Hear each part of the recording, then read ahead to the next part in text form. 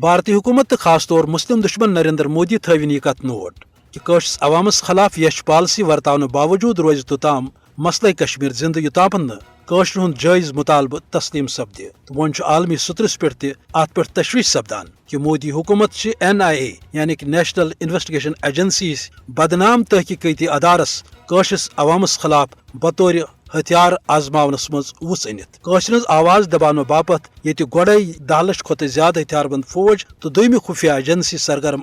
تت NIA تہ جائے جائے مقبوض ریاستس مز دفتر کھولت مودی سندس مضموم منصوبس ڈک کران امہ ادارہ کہ طرف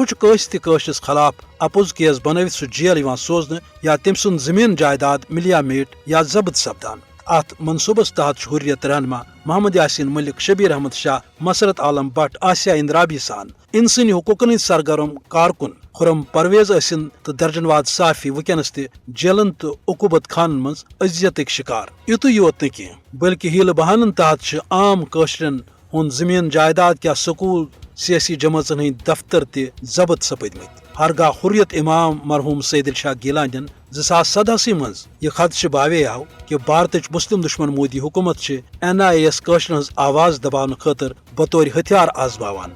آز بھارت نواز محبوبہ مفتی تہ امچ تصدیق کران کہ بھارتی آئین مطابق ہیکہ کانٛہہ تہ بھارتچ مرکزی خفیہ ایجنسی یا ادارہ مقبوضہ جوم تو ہندس ریاستی حکومت کی اجازت ورائے مقبوض ریاستس اندر کانٛہہ کاروائی کرت مگر ام باوجود NIA قشر ہند زندہ روزن کریوٹ بنائت اوے ایمنسٹی انٹرنیشنل تو ہیومن رائٹس واچ کیو اقوام متحدن بارہا مودی سندین مضموم منصوبن پہ تشویش بٲوِتھ یہ واضح کورمت کہ مودی سند طریقہ واردات ہیکہ کن تہ صورت ہندس مسلس دبٲوِتھ